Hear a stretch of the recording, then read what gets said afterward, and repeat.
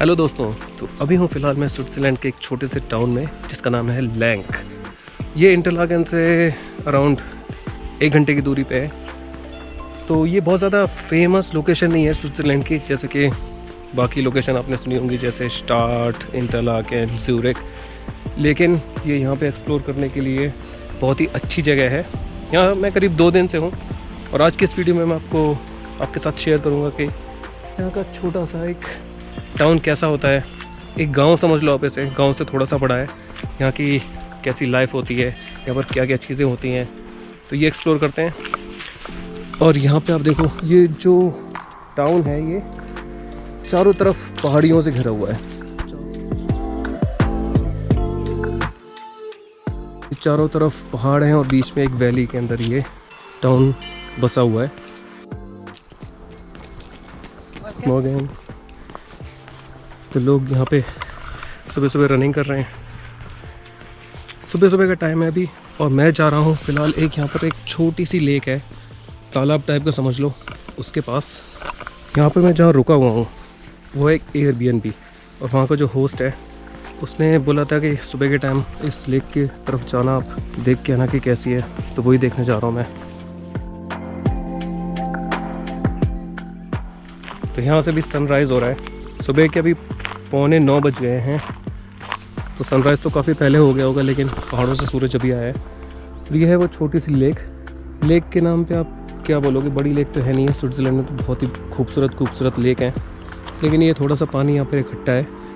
लेकिन उसके बावजूद कि ये बहुत बड़ी लेक नहीं है, पानी इसमें काफ़ी साफ़ है। आप इसके नीचे तक देख सकते हो, सारी चीज़ें दिख रही हैं। उन्होंने अपनी बेंच के ऊपर भी शहर का नाम लिखा हुआ है, लैंक। तो लैंक में अगर आप घूम रहे हो और थक गए हो तो लैंक की बेंच पे बैठ के आराम कर सकते हो। लेक के अराउंड उन्होंने बहुत सारी बेंच लगा रखी हैं। तो हो सकता है कि किसी और सीज़न पे यहाँ पे काफ़ी सारा पानी आता हो और भी ज़्यादा खूबसूरत लगती हो ये। चलिए फ़िलहाल के लिए तो हम थोड़ा और एक्सप्लोर करते हैं कि यहाँ पे और क्या क्या है।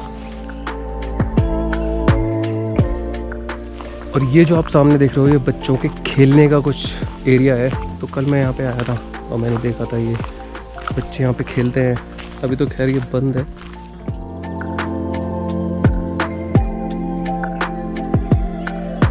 तो इस छोटे से गांव में भी बच्चों के खेलने के लिए काफ़ी अच्छी फैसिलिटी है। यहाँ पर ये कुछ पुरानी गाड़ी रखी है, बच्चे इस पर खेल सकते हैं। और भी कई सारी चीज़ें हैं। ये देखो, ये प्ले एरिया है बच्चों का। और इसकी एक सबसे ख़ास चीज़ आपको दिखाता हूँ, बच्चों के जो बहुत ही ज़्यादा पसंद है खेलने के लिए, और वो है यहाँ की ये ट्रेन। छोटे से बच्चों की ट्रेन है। अभी तो खैर बंद है यहाँ पे। ये छोटी सी रेलवे की पटरी पड़ी हुई है।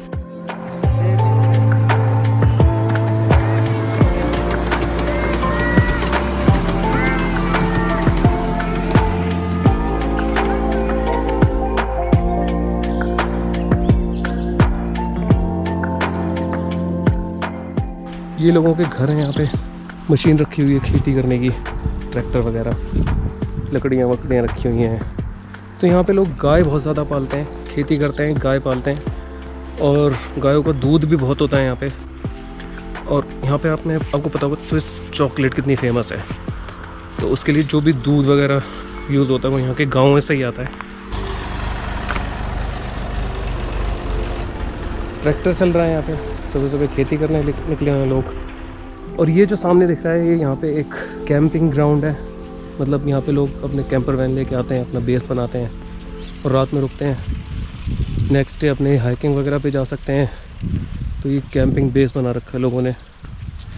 तो यहाँ पे मैंने एक चीज़ नोटिस करी है कि जैसा कि छोटा सा गाँव है, तो आप सड़क चल रहे होगे, सामने से कोई भी इंसान आ रहा होता है तो आपसे वो अपनी ग्रीटिंग्स कोई ना कोई बोल देता है। तो जैसा कि सुबह का टाइम है तो लोग गुटन मॉर्गन बोलते हैं जर्मन में। तो यहाँ स्विट्ज़रलैंड में नॉर्मली जर्मनी बोली जाती है। यहाँ की जर्मन थोड़ी डिफरेंट होती है जर्मनी से, लेकिन जो ग्रीटिंग है वो इसी टाइप का है। गुटन मॉर्गन आप बोल दो लोगों से। ऐसे यहाँ का जो स्पेसिफिक ग्रीटिंग है वो शायद थोड़ा डिफरेंट है, लेकिन मैं सड़क चलते कोई मिलता है तो उसे गुडन टाग या गुडन मॉर्गन बोल देता हूँ। गुडन टाग मतलब होता है गुड डे, तो आप वो दिन में किसी भी टाइम बोल सकते हो। सुबह सुबह का टाइम है तो आप गुडन मॉर्गन बोल दो। तो यहाँ का जो आर्किटेक्चर है ये मेनली यहाँ के जो वुडन हाउसेस होते हैं जो पुराने टाइम से चलते आ रहे हैं वो ही दिखेंगे आपको। और यहाँ पर ऐसा है कि आपको यही पैटर्न फॉलो करना है कि अगर आप नया घर भी बना रहे हो, क्योंकि इनको ये अपना प्रिजर्व करके रखना है ये जो आर्किटेक्चर है। और ये है हमारे गांव में से एक ये मेन स्ट्रीट कट के इधर की साइड। तब गांव के अंदर थोड़ा सा और जाके देखते हैं। इधर की साइड आप देख सकते हो कि लोगों ने अपनी मशीन्स वगैरह खड़ी करने के लिए वेयर हाउस टाइप का बना रखा है। यहाँ खेती की सारी मशीन खड़ी हुई हैं। मुझे तो अगर इनके नाम भी नहीं पता, लेकिन ये ट्रेलर और ये कुछ मशीन्स वगैरह अपनी फसल काटने की होंगी। और ये सामने जो आप देख रहे हो ये इनके अंदर घास भरी होती है। इसके अंदर घास ये इसलिए भर देते हैं क्योंकि जब सर्दियाँ आती हैं तो गाय वगैरह अंदर ही रहती हैं, उनको घास चाहिए होती है। यहाँ पर पूरे में बर्फ़ पड़ जाएगी, तो इस वजह से गाय के लिए घास की पूर्ति करने के लिए ये पहले से ही उसको इकट्ठा कर देते हैं। यहाँ पर एकदम गोबर की स्मेल आ रही है, जैसा कि गांव में डेयरी वगैरह होती है। और ये देखो यहाँ पर ये अपनी गाय वगैरह बांधते हैं, पूरा यहाँ गोबर की स्मेल है। फिलहाल कोई गाय है नहीं यहाँ पे, गाय अपना चरने चली गई होंगी।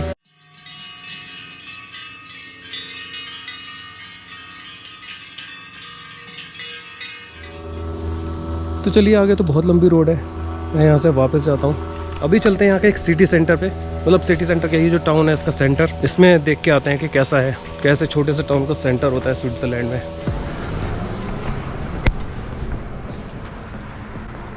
तो अभी हम आ गए हैं सिटी सेंटर के एरिया में।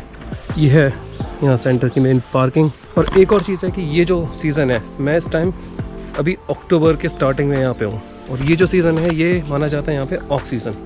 मेन जो सीज़न स्टार्ट होता है वो नवंबर से लेके अप्रैल तक रहता है, क्योंकि उस टाइम पे यहाँ पे काफ़ी बर्फ़ पड़ी होती है और लोग यहाँ पे विंटर स्पोर्ट्स करने आते हैं। और इस सीज़न में तो लोग बस ऐसे ही घूमने फिरने, साइट सीइंग करने आते हैं, कैंपिंग करने आते हैं। तो ये ऑफ सीज़न में तो पार्किंग फ्री रहती है, लेकिन जब सीज़न होता है तब इसमें चार्जेस लगते हैं। तो यहाँ पर एक सुपर मार्केट है, एक पोस्ट ऑफिस है, होटल है, एक यहाँ देखो।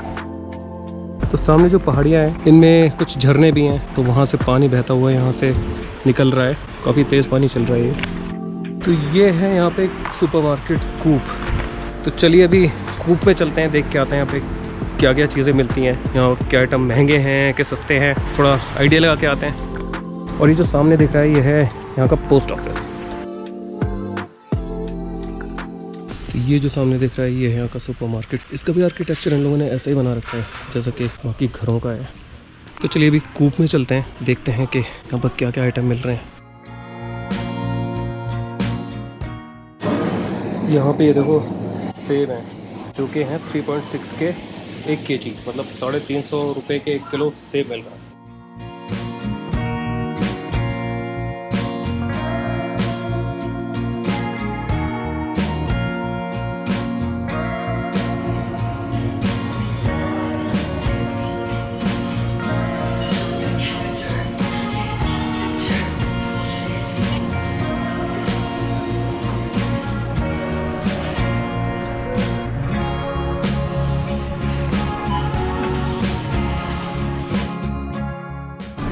तो मुझे यहाँ से लेना है कुछ क्रोसॉन ब्रेड, जो कि है एक क्रोसॉन यहाँ पे 1.4 फ्रैंक्स का, मतलब 130 रुपये का एक ये ब्रेड है।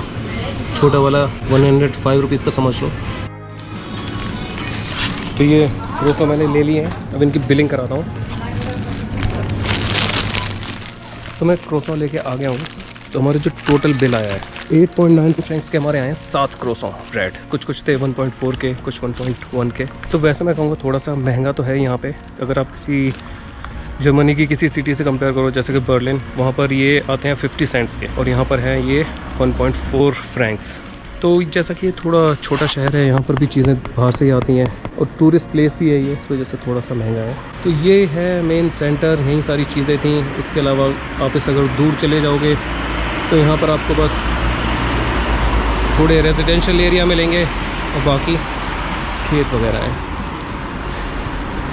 तो ये इनका टूरिस्ट इंफॉर्मेशन सेंटर है। अगर आप इस गांव में आते हो तो आप यहाँ पर आके पता कर सकते हो कि यहाँ पे क्या क्या चीज़ें हैं घूमने के लिए, क्या विंटर स्पोर्ट्स आप कर सकते हो। यहाँ पर कुछ रेस्टोरेंट वगैरह हैं। और ये जो सामने आप देख रहे हो पिज़ेरिया, इसका नाम है एंटीगा पोस्टा। और अगर आप किसी रेस्टोरेंट में बैठ के यहाँ खाते हो स्विट्ज़रलैंड में, और वो भी इस जगह पे, तो समझ लो आपको 30 से 40 फ्रैंक्स पर पर्सन पे करने पड़ जाएंगे।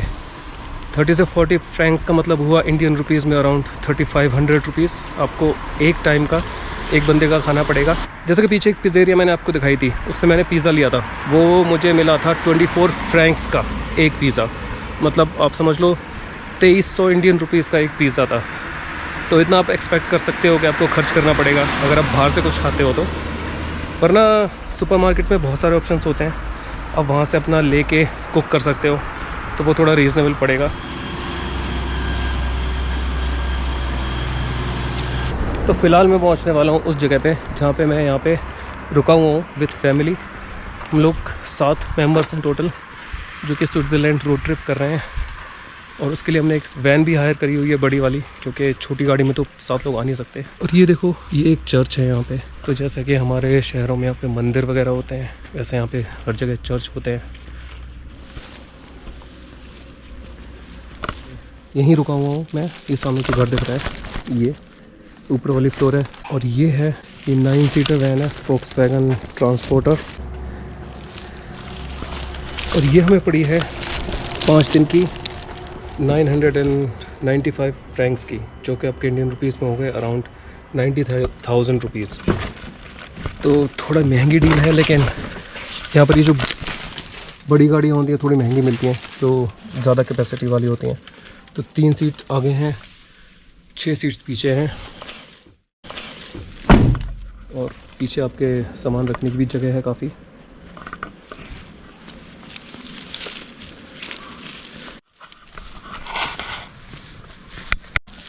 तो ये यहाँ से एंट्रेंस है, यहाँ से एंटर करोगे, नीचे बेसमेंट है। हमें जाना है फर्स्ट फ्लोर पे, जो जस्ट ऊपर है। यहाँ पर बहुत ही ज़्यादा शांति हो रही है, तो मैं भी धीरे धीरे बोल रहा हूँ।